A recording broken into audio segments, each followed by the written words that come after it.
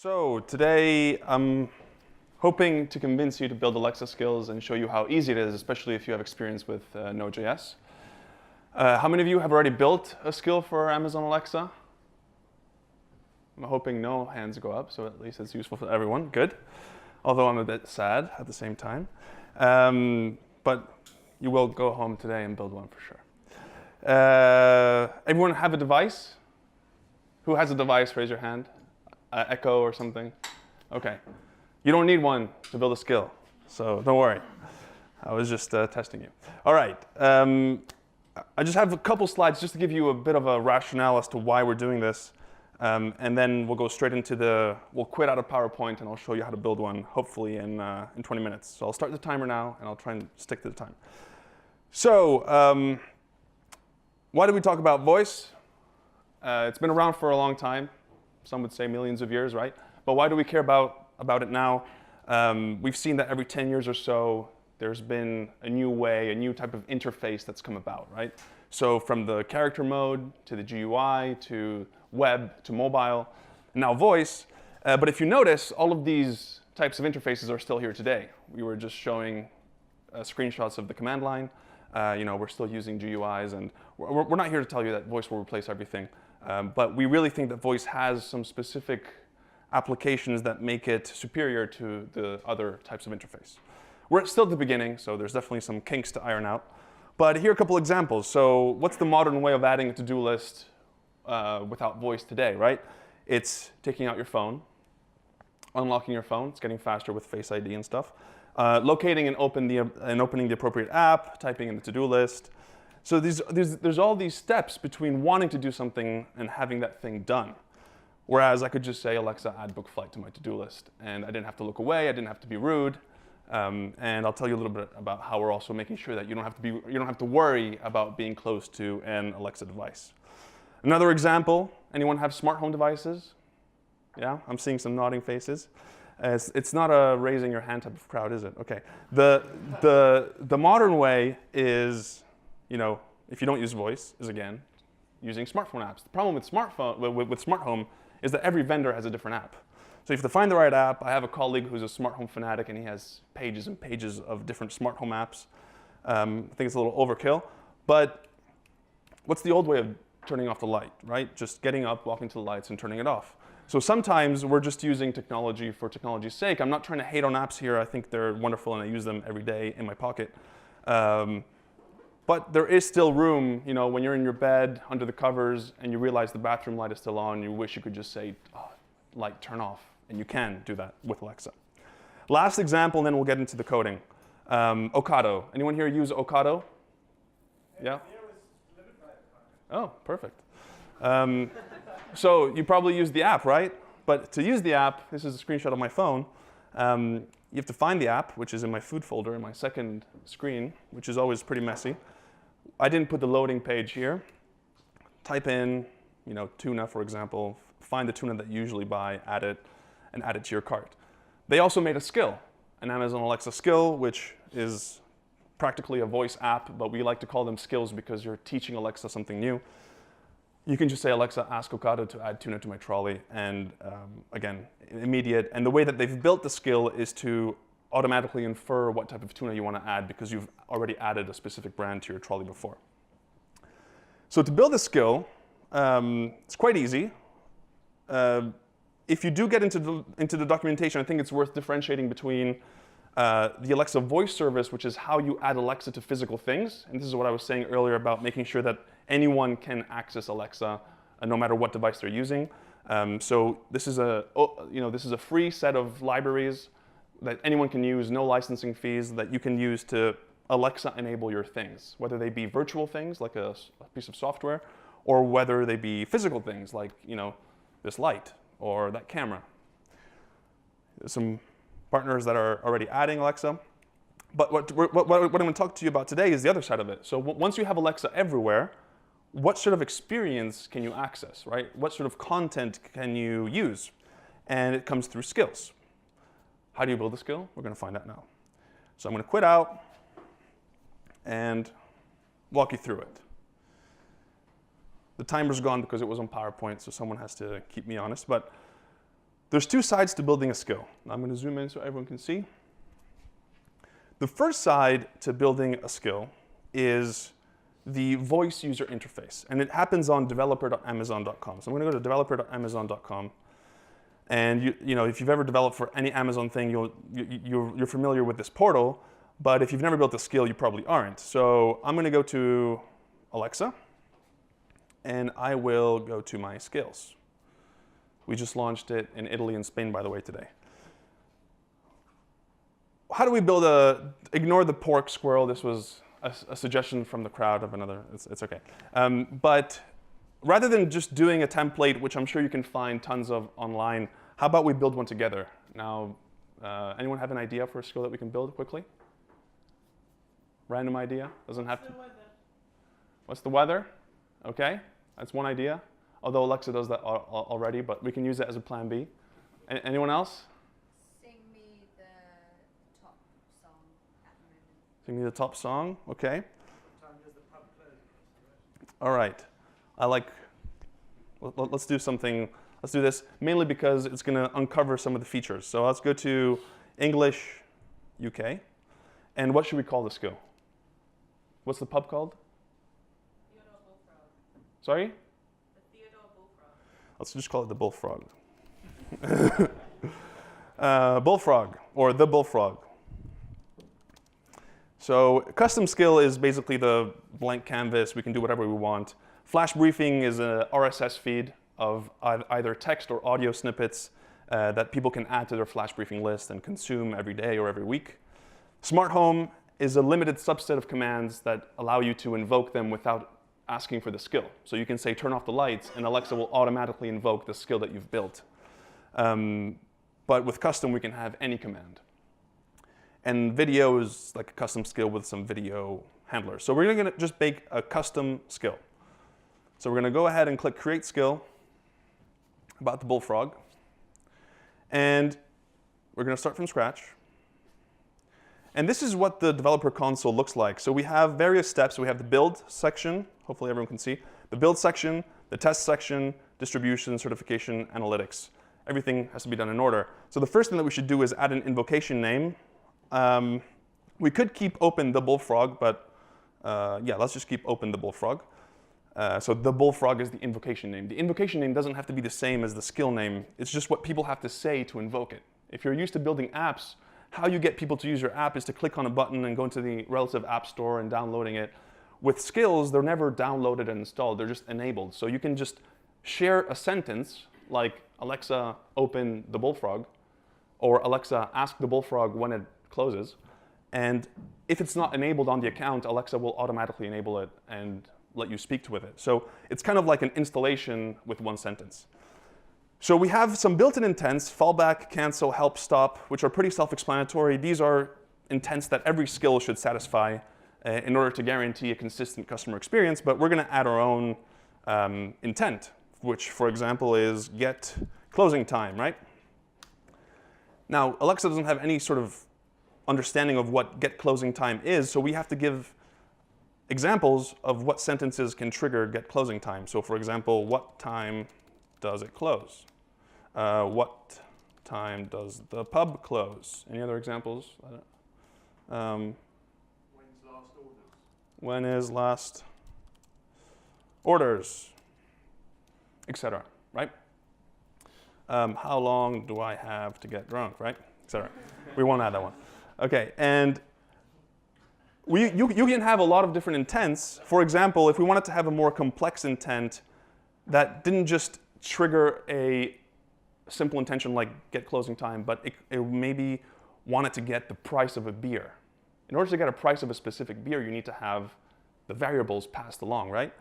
Because the way that Alexa works is it will parse what the user says. So if I say, Alexa, ask the bullfrog what time it closes, it will detect that we're invoking the bullfrog skill, and it will pass along not the raw sentence, it will pass along the intent that's being triggered, right? So if we only get the intent, for some intents, we also need additional information like variables. So for example, if we have like get price of beer, right, which is another intent that we're just making up, we might want to have to specify what beer brand we have and what what beer brand we have. So what is the price of, and we'll just make a variable called beer, which we call slots. What is the price of beer? Or how much is beer, right? Basically like a wildcard. And we just have to give it a type. Now, I don't think there's any beer built-in slot types which have been pre-trained, but that's fine. We can just build our own type. Now, some of these built-in types are very useful because, for example, time and date and numbers, you don't want to have to parse those yourself, right? If someone says 3 weeks from now, you want the ISO date code that you can just pipe into moment.js and not have to worry about it. So what I'm going to keep here is basically make our own. So we can make our own slot type called beers. And here we would either download a huge list of beer types or the ones that the pub has. Maybe I'm just making them up, but like Frontier. Any other suggestions? I'm sure people have ideas for this one. Any other beer names? No one? What, just look at the bottle that you have in your hand. Stella? Is it like that? Yeah? Anyways, you get the idea. Corona. Just thinking of random ones. What's another tap? Sorry? Leffe. Guinness. That's a hard one. Leffe, this one, like that. Yeah. So you basically train the slot to recognize beers, right? It's not a closed list. So if someone asks for something that's not in the list, it'll still pick it up. It'll just have more difficulty if it's a weird name to match it to an English word, right? Maybe Leffe, if we hadn't added it to our slot type, it might have converted it to left or to leaf. I don't know. We'll see how it goes. So we go back to price of beer and we assign our new beers slot type, capitalized, just my choice, to the beer variable, which is the slot. We save the model and we build it. Now building the model kicks off the whole machine learning process. So it's digesting what we've done and it's adding it to the knowledge graph. So we could technically already use the skill. However, to use the skill, we need to satisfy the backend, and this is where node.js comes in, right? So how do we add the backend? So you have two choices as an endpoint. You can specify a Lambda. How many of you use Lambda? Okay. Or you can just specify your own HTTPS endpoint. For example, if you're using another serverless function from other providers, or you're using you're using your own local server, you're using your own hardware, you can just put in an HTTPS endpoint and it'll just send a post request with a JSON request that I'll show you what it's like in just a second. We're going to go with Lambda and we'll just create a quick Lambda function. So let's zoom in here. So I'm in AWS now. I'm just going to go to Lambda. And I'm going to go to create function. I'm a bit too zoomed in. And you can author it from scratch, but just for the sake of keeping it under 20 minutes, I'm going to use the serverless application repository so it already has the node modules that I need to simplify the JSON parsing and JSON formulation back to the Alexa service. If you're in Ireland, I recommend you stay in Ireland, not London, even though it seems obvious to be in London. But if the Alexa skillskit trigger for Lambda is only available in Ireland in Europe. So we're going to stick with the Ireland region, go with the Alexa serverless, AWS serverless application repository, and click on the fact skill template. We won't be using the code, but we will be using the libraries that the template comes with. And we'll call this bullfrog deploy. Essentially, if you've never used the serverless application repository, it's a interface, and it's like a collection of CloudFormation templates that just create a stack. And in this case, it's going to create a Lambda function, create a role specific to that Lambda function with basic permissions, and assign it Alexa skillskit trigger, which is a trusted trigger so that the Alexa service can ping your Lambda, and your Lambda can process the request and formulate a response back. Because really, what you should see the developer console as is the front end, which I was telling you, the voice interface, right? Where you define the intents and how users can interact with your skill. But the back end, which doesn't have to be AWS, but in this case it is what you actually say back to the user. Now it's done, it's created it, so we can go to our Lambda function. And I'll just walk you through the template code, even though we won't be using it. It's pretty self-explanatory if you're familiar with JavaScript and Node.js. Basically, what we're doing is we have a handler for one or more intents. So for example, in the fact skill template, there's a handler for both the launch request, when I say open the fact skill, right? Or the intent to get new fact. We won't be using this intent, we'll be using the get beer by price or whatever. And you see that each handler has two methods. Can handle, which checks whether this is the right handler for the incoming request. And if it is, if it returns true, then we will use the handle method of this handler. So you write as many handlers as you want, and they can become pretty complex with state management based on what intent is being triggered and what's happening in your application state. And then you just write the actual business logic in the handler or call the business logic from the handle method. And really all we're doing is we're creating a response builder object that speaks out something, and it can be text or audio, and it can send back other things like a multimodal template if you're using the Echo Show or the Echo Spot, or a card to the Alexa app. For example, here there's the help handler, which is even simpler, right? It'll be used to handle the request if the request type is an intent request and the intent name is amazon.help-intent, which, by the way, is exactly the same as the built-in intent here, right? Amazon.help-intent. So every intent will have a handler, but you can also group different intents to one handler, like we did in the getNewFact handler that supports the launch request and the getNewFact intent. But I will just delete everything, and I will use a little tool that my team has created, which is the code generator. And the code generator, I'll share the link later, basically just takes in the JSON representation of what we've done in the front end, right? So you go to the JSON editor and you copy this JSON, and you paste it in, and based on that JSON, it just scaffolds your code with your intents and a bunch of other helper functions, which might get confusing if you're just starting out. So if you are starting out, maybe I suggest you follow a normal template. I will link to them at the end. But let's just copy and paste here and go to our intents. So you see that there's the cancel intent, which is a built-in intent. There's the fallback intent, which is a built-in intent. But there's also our custom ones, like get closing time, right? In this case, the boilerplate will say hello from get closing time. And the get price of beer. And you'll see that it has also parsed the incoming slots and created a slot values object with heard as or resolved in case you use synonyms.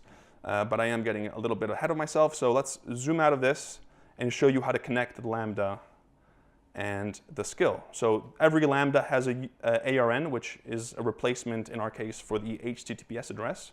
So the ARN is Amazon resource name. It's the unique identifier for every resource in Amazon and in Amazon Web Services. And what we're going to do is copy this and paste it as the endpoint of our skill. And just by doing that, we are ready to test it. So it's saved. We can go to test. We already built the model, so it's already in the knowledge graph. And we can say, if the demo gods, well, we enable testing. And if the demo gods are willing, we do open the bullfrog. And what's going to happen, it will trigger. Okay. The audio is not very good from the HDMI, but let's try just. Can you all hear this better? Hello and welcome to the bullfrog. Yeah? Say help to hear some options. Okay.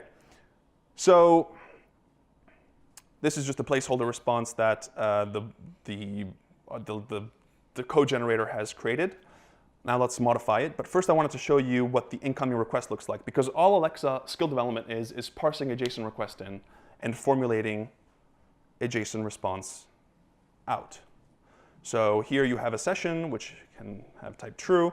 And then you have, for example, when we say open, we trigger the launch request. And this is why, since the request.type is launch request, when we go back to our function and we check the code, you'll see that we have a handler that only returns true if the request.type is launch request. Let's go here, I think it is. No, let's launch request. And then I'll also show you how you don't have to code in the browser either. So you see here, the launch request handler will be used if the request.type is launch request. In this case, it will say hello and welcome to the bullfrog. Say help to hear some options. What should we say back to the user when they say help? When they say open the bullfrog? Welcome to the bullfrog. We are anxious to host you after the meetup. And here you would also maybe add maybe some explanation, right? Like, what can your skill do? You can ask us for beer prices or closing times. What shall it be? And the cool thing about developing skills, well, I press save now, and I stop the context, and now I can just do Okay, talk to you later. open the bullfrog. Welcome to the Bullfrog. We are anxious to host you after the meetup. You can ask us for beer prices or closing times. What shall it be? You see there was no deployment, no installation, no copying and pasting stuff. And if I had a real device here registered to my developer account, which can be my Amazon account. So if your developer account on developer.amazon.com is the same email as your Amazon account where you have your physical devices registered to, then the skill will automatically work there as well. So you can just say, open the bullfrog with your voice, and it'll work. But then to have other people use it on other accounts, you will need to go through the distribution, which is free, the analytics, which is free, and the certification, which is free as well. So there's no cost associated with building it. The last thing I wanted to show you is triggering a specific intent. So if we go back to not the launch request, but to the let's do them in order. Let's go to the get closing time, right, which is here. Let's just respond back with, what time does the pub close? Anyone know? Today we close, sorry? I say, okay. Close at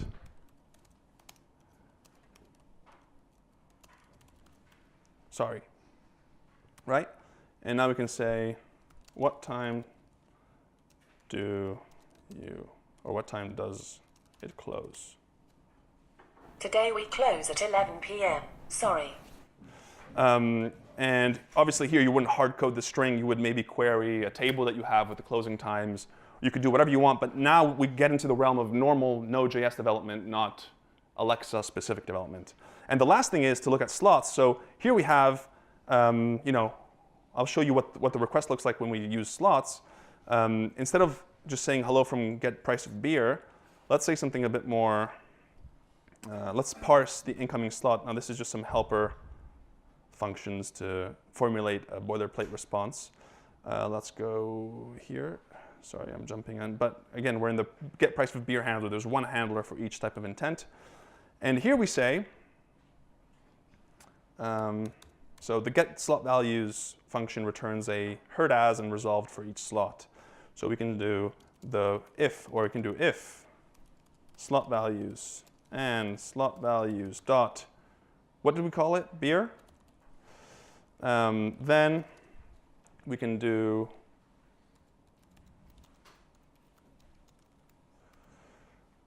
say is equal to the